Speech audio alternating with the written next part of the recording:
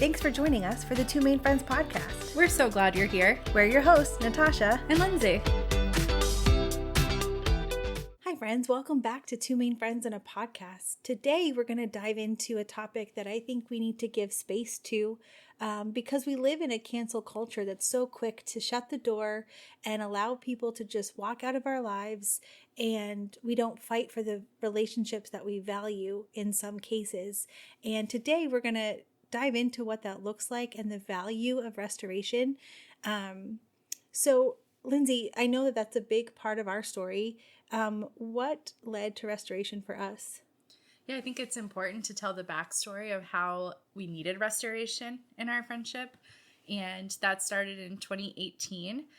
We were friends with a larger friend group, and circumstances arose, and that friendship started to disperse and dissipate a little bit.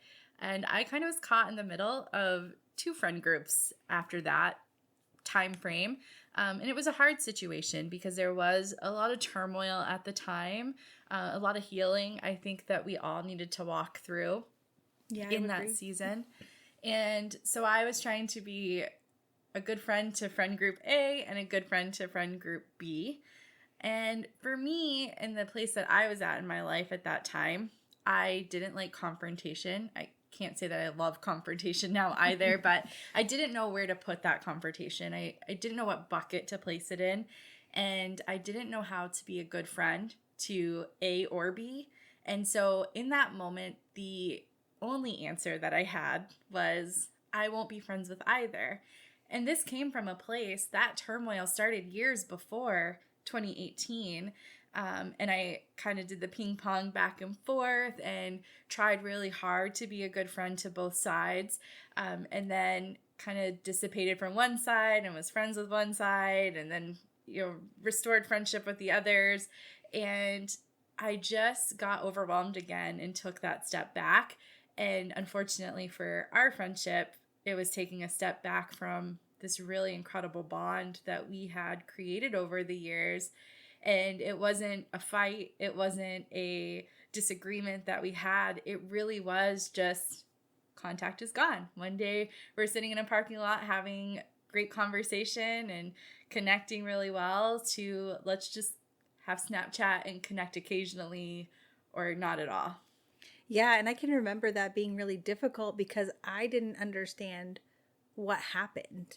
And I also didn't know how to address it either. And it's so funny because we had such a good bond. Like, we were doing daily life together at that point in our lives, that for both of us to have this like unspoken elephant in the room, but neither one of us know how to address it, I think is one of the main reasons why our relationship kind of dissipated for that season, because I didn't know where you were coming from. I didn't know. And like, I knew that there was turmoil and there were some issues that like we didn't really know what to do with, but we never really figured out a good plan or how to help each other either. And so I can remember just feeling so confused and also heartbroken because I didn't have a friend like you in any other circle of my life. And so to just have like one day we're having dinner to like the next several months not have any contact was devastating. And I had to like work through that over the course of months. And I don't think that I ever fully recovered from it. Like, I kind of came to terms with it because, over time you get used to it, but I still didn't ever fill that gap in my life with a relationship that had the same impact like yours did. And it was just hard when there were no answers to any questions. And there were so many questions because we were so close, and we'd had this, like, we would talk about so many deep, and like, you knew my heart and I knew yours and all of that. So it just didn't make sense. But also I didn't know what to say, because at that point, if I were to try to reach out, like, how do you go from talking every day to not talking at all to like, hey, can I ask like what happened? And so like, that's just a weird place to be.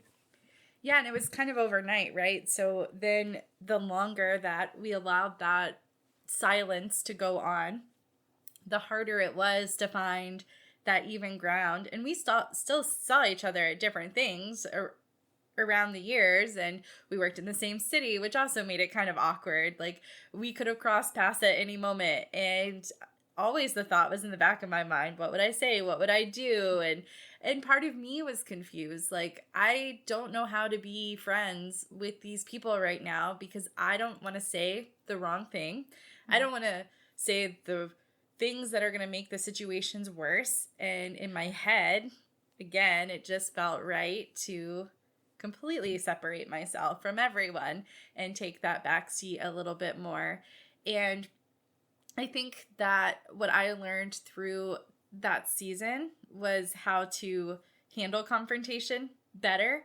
It wasn't an easy season to walk through by any means, but I think, when we get back into the restoration side of where we had to go to get to where we are now, when I look back at that year or 2 years, really for me was, wow, I really didn't handle this well. And walking away really wasn't as easy as maybe I thought that it was going to be, because same as you were just saying, I never really felt the depth of other friendships. I had other good friends and I could share life with them and talk with them about what was going on, but there was something different about our relationship. We always went straight to the depths with each other. It wasn't ever surface level. We have never done surface level. It's awkward for the two of us.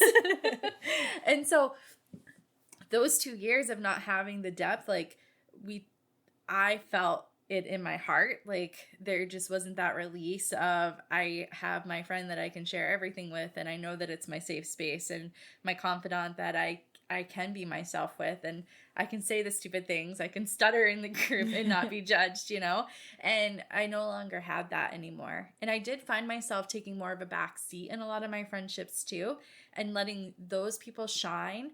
And I just kind of was present, but not involved, if that makes sense. Yeah, that's a really hard place to be in too. I know for me, I mourned our relationship for a long time. And I remember like driving in my car to work so many days, just like sobbing, because I'd built this friendship that I had, prayed for and dreamed of for so many years and had it. And now all of a sudden it was just gone. Right. And you said earlier, cancel culture. That's so popular right now. This person did me wrong, or this person said this thing about me that wasn't good. And so now I'm completely shutting them out of my life. And I relate to that so much. I have a friend who tells me all the time, when Lindsay's done, she's done. And she flips the switch like that. Yeah. And a lot of my 20s, I did do that. And I don't know if it was a defense mechanism or more so as I'm older. I think it was a protection mechanism. Mm-hmm. I from an early age, saw a lot of confrontation in my life. And I think shutting down and not emotionally giving it space is how I dealt with that on the inside. So when I was confronted with these friendships that were in turmoil, and I didn't want to upset either party of them because I cared about both parties so deeply, my defense mechanism was, I'm just going to not emotionally deal with this, because that's a lot easier than telling group A, I don't like that you're saying these things, and then telling group B, I don't like that you're doing these things. And that's also sticking up for myself as well, which I was never really great at in my younger years. And so through that process, I learned what I need to do in confrontation and how to be a better friend to the people around me. Because our restoration story is so beautiful in that sense of being able to step out and say I was wrong. But even on the other side, I have a very similar story with that side too, where I went to the same extreme and had to humble myself and reach out and say, hey, I was wrong on both fronts for taking that moment. I took a very selfish moment and chose myself. And I'm not saying that that's always wrong of an answer, but if you're doing it because you don't want to confront the issues in front of you that need to be confronted, then you might want to look internally and say, okay, am I doing this because I'm scared, or am I doing this because it's going to be good for my mental health right now? And maybe for a minute It can be good for your mental health. But in the long run, I think that there's something so special about reaching out to those connections and trying to repair and restore the relationship, or maybe not even restore, but just repairing what was broken. And it's okay if you walk away after that point, but at least you were able to get out how you were feeling in that moment, because that's also very valid and important to share instead of holding it inside. Oh, I couldn't agree more. And I'm really grateful that you said that, because I think that it is important that there is kind of like a period at the end of the sentence. Because there's been a lot of relationships in my life over the years that have dissipated, and not for anything wrong. Like, there was no fight. It wasn't like we had a huge disagreement and walked away. I think it might have just been life. And we kind of just walked our separate ways, but there was no real conclusion. And so you are kind of left wondering with like a big question mark. Did I do something that made them stop talking to me? Or is it something I did? Did I hurt them or offend them in any way? And so I think that it's valuable to give space to be able to say, you know what, this did hurt me, and these are the things that happened. And maybe there is restoration after that conversation. But if there isn't, at least you know, I tried the best that I could, and there just wasn't, we weren't moving forward. And we both want to grow. We talk about that all the time together. And I think that when people walk out of our lives and leave that giant question mark, it also does us a disservice on the other end of it to not change our behaviors. So if Yeah. I do something to you that offends you and hurts you, and you don't come to me and tell me that I'm doing these things, I am never going to change that behavior. And I'm not saying it's your responsibility by any means to tell me those things, but what if? What if you come to me and say, hey, you did this and this hurt me? Then that gives me the opportunity to either evolve and change, address those issues, and weigh it against myself and say, was I in the wrong? And Mm. ask myself those hard questions so that I can do better in my other relationships. It may not restore our friendship together, but it does give me the leadway to be a better friend to my other relationships. And I think, unfortunately, in the situation that we were in those years, me walking away didn't give any body the benefit of being a better person, or maybe calling it out and saying. And I truly believe that every person in that party were people who wanted to grow. I believe that with my whole heart. And Yeah. so I think that if somebody had humbly come to them and said, I see this and I don't like it and I'm going to be removing myself from it, that might have been a little light bulb for some of us to be like, oh, I'm doing something wrong. Oh, 100%. And I think too, it kind of comes back to, do you value the friendship enough to fight for it? And that was something that you taught me through this process, because up until this point, a lot of the friendships that had dissipated in my life, and again, like, we were in our early 20s, we don't know what we're doing with life, let alone how to fight for friendships that you value. But when you reached out, and we'll get to that, it really taught me how to fight for the relationships that you value. So do you want to dive into what led to us kind of restoring our friendship? Yeah. So again, we kind of separated in 2018, and then 2 years later we're hit with the COVID pandemic, and we're being told that we're going to have to stay in our homes and stay at our houses, and we can't go out, we can't do things. And I had an amazing roommate at the time, and I was working, and I had kind of just gone back and forth on relationships, and knowing that it was going to be really hard to be isolated and not have a ton of connections. At this point in my life, in full transparency, I had my roommate and I had my coworkers. I wasn't really hanging out with a ton of people anyway. I had a couple of close friends that were 2 hours away that I was spending time with. But locally, there was really nothing going on for me. So I had reached out to you and said, hey, I just want to connect. And I, in full transparency, I don't remember the text as well as you do. I just remember feeling like I miss my friend and I'm going to reach out to her and we'll see what happens. I was scared because your response to me could have been like, no way, it's been 2 years. Are you kidding? Like, is this a joke? Or not even respond at all. Yeah, and I remember that so vividly because we were in the middle of so many different things personally on our end that um, when you texted me, I was in a place where I really just was so desperate to have a deep friendship again. And in the last 2 years, I really didn't have like a deep friendship. We had lots of relationships, but nothing like what we had shared. And so I remember getting this text, and I don't remember word for word exactly, but essentially it said, "Hey, I'm working on investing in the relationships in my life that I want to spend the most like more time with, and you were one of the first people I wanted to talk to. So could we get together and talk about what's happened?" And I remember like I think I might have been in like a Hannaford parking lot or something, and like I immediately texted my husband and was like, "Lindsay just texted me." And when I got home, I was like in tears because that broken part of my heart with all the questions and all of the hurt and all of the wondering was opened back up because I never really completely sealed it off because I always hoped that maybe there could be restoration someday. And so when you texted me, I was like, yes, absolutely, please. And I think I might have responded maybe a little too fast. Um, but I was ready because it had been 2 years. And I really honestly just I wanted my friend back, but also I did kind of want to know, like, what's going on? Right. You know those text messages when somebody writes back to you and they're like dot dot dot and you're like, but what's the dot dot dot? Yes. Or can we talk? Don't do those. that. That's the worst. Can we talk? Or when someone responds K, my mind will race all day long. 100%. Yep. So yeah, so it kind of was like the answer to the dot dot dot. Yeah, it was. It was 100% that. And so when you responded, and like, I think we ended up just, I don't even know, like meeting in our cars or something, which was classic us, right? Like we kind of fell back into that because that's where we had a lot of our best conversations.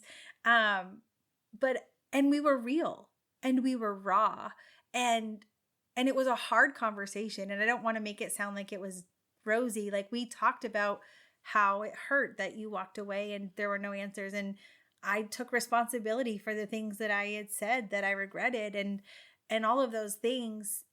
And I think that it was easier for us to have that conversation because we had built a foundation where we trusted each other.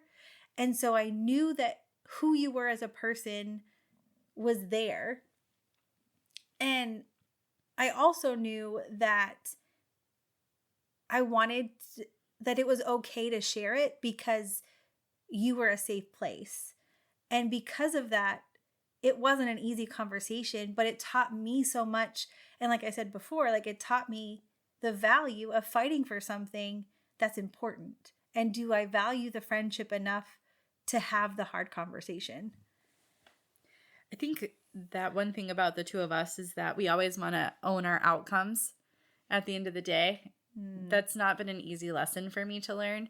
But I think that by reaching out to you and us having that hard conversation, we both had to accept that we both did things that were wrong and be ready to accept that and own our outcome and own, I did this and this was the outcome. I backed away. I stopped talking to you. I hurt you. And I had to accept I hurt my friend, and not just like a little tap on the shoulder, I hurt my friend, but I like deeply hurt my friend. And in return, you've said that affected a little bit of your other friendships, you know, and connecting with other people. Yeah, because in that season of my life, I had watched so many relationships, whether they were close friendships or people we were acquainted with or whatever, just kind of walk away for whatever reason. And so I had this idea in my head that all friendships are going to come to an end at some point. And I would limit myself from getting close to people because at the end of the day, everyone walks away. And so why am I going to keep investing in all of these different relationships if at the end of the day, they're walking away? And that's a hard thing to come to terms with because yes, that could be true, but it's going to be a lonely life if you don't invest in relationship. And it's hard to kind of live in that tension of, do I try again? Do I give this person access to my heart? Or do I lead a life of protected barriers and only show parts of me and only have a little bit of real relationship. I think that's a really lonely place that you can find yourself whenever you're not having those real, authentic relationships with people and allowing them a part of you.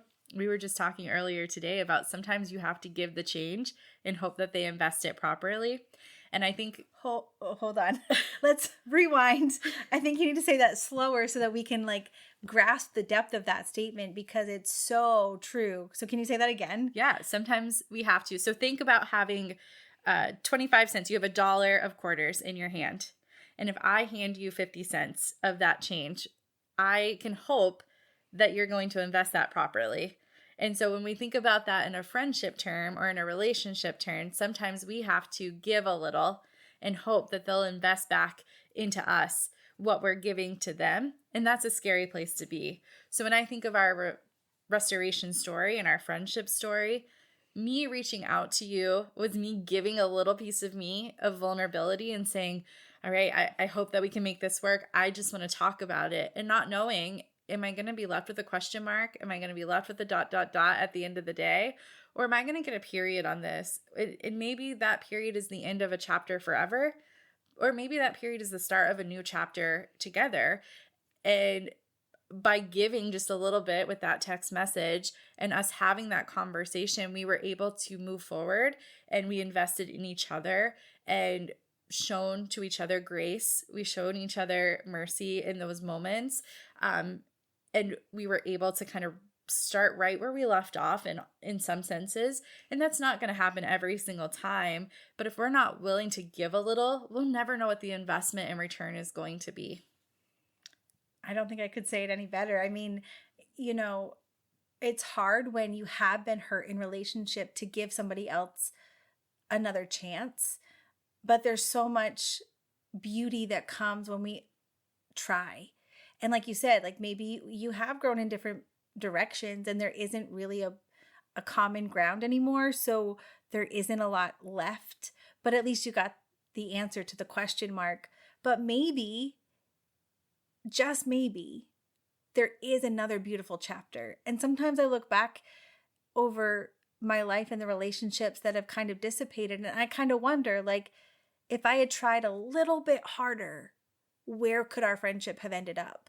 And maybe it ends up exactly where it is today, but at least there isn't wondering, right? And so I think that when we talk through restoration, looking at it in the lens of how to build a bridge where something's been burned, and being okay with trying. And it's uncomfortable and it's hard and it's not easy to send that text or pick up the phone and call that person. And maybe it's been longer than 2 years, but maybe there's something beautiful on the other side. And it taught me so much. And I carry that lesson with me so deeply because I've used our story in so many different ways to other people to just share, do you value the friendship enough to fight for it? Because if it's important enough to fight for, then it kind of gives you the idea of what your next step should be. I agree. I think that's the perfect way to wrap up this episode, is finding the value in friendship and determining if it's worth the fight. And if there is an ounce of fight left inside of you, that might just be the one thing that you need to make that move, make that call, and step out and just trust that if you're going to invest, that person that you find worth fighting for is also going to find it worth fighting for. Yeah, I think, like you said, you got to give a little change to see if they'll invest it. And it's a hard and vulnerable place to be. But I think there's beauty that comes from more vulnerability when we're willing to say, hey, this did hurt, but let's figure this out. Let's talk through it. Let's have a conversation. So will you go to coffee with me? And so we just want to encourage you with that. And maybe that's part of your story. But if it's something that you're wrestling with, it's okay to wrestle with it, but it's also okay to fight for something you value. That's a wrap on this episode of Two Maine Friends in a Podcast. Follow us on Facebook or Instagram. You can also send us an email at twomainfriends@gmail.com. And as always, leave us a review wherever you're listening.